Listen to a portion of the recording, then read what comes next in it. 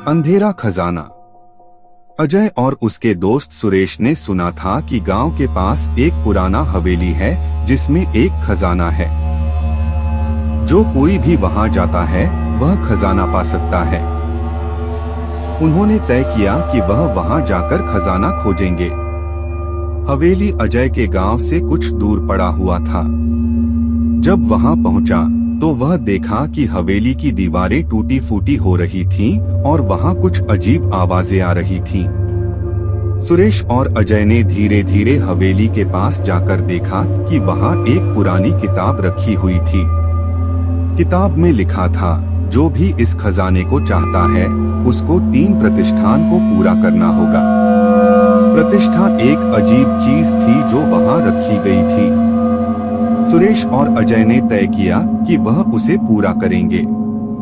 पहला प्रतिष्ठा थी अंधेरा संग्रहण। जब अजय और सुरेश ने अंधेरे में जाकर जब एक अजीब छिड़काव देखा तो उन्होंने वहां की छिड़काव को पूरा किया। दूसरा प्रतिष्ठा थी शोर की शांति। हवेली में एक बहुत बड़ी आवाज आ रही थी जो उन्हें परेशान कर रही थी। उन्होंने अपनी आवाज को कम किया और हवेली की शांति को स्थापित किया। तीसरा प्रतिष्ठा थी दरवाजा का राज। वह एक अजीब दरवाजा देखा जो अब तक बंद था। जब वह दरवाजा खोला तो उन्होंने एक अजीब गुफा देखी। गुफा में एक बड़ी धारा थी जो उन्हें खजाने की ओर ले जा रही थी।